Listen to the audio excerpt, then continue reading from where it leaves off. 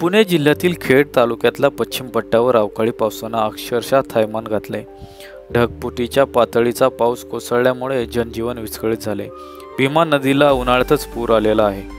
पावसामुळे शेतांचे बांध फुटलेत, कापणीला आलेली बाजरी पूर्ण भुईसपाट झाली, तर कांदा पिकाचंही मोठ्या प्रमाणात नुकसान झाले। या अवकाळी पावसाने शेतकऱ्यांच्या आशा पाण्यात गेल्यात। महिलांमध्ये यामुळे अस्वस्थता आणि चिंता वाढली आहे।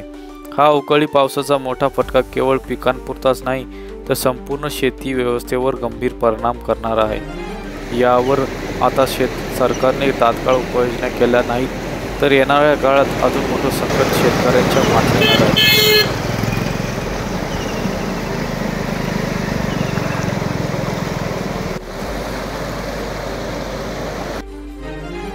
अशाच प्रकारचा व्हिडिओ पाहण्यासाठी चॅनलला सबस्क्राईब करा। तसेच व्हिडिओ आवडला असेल तर लाईक करा, शेअर करा।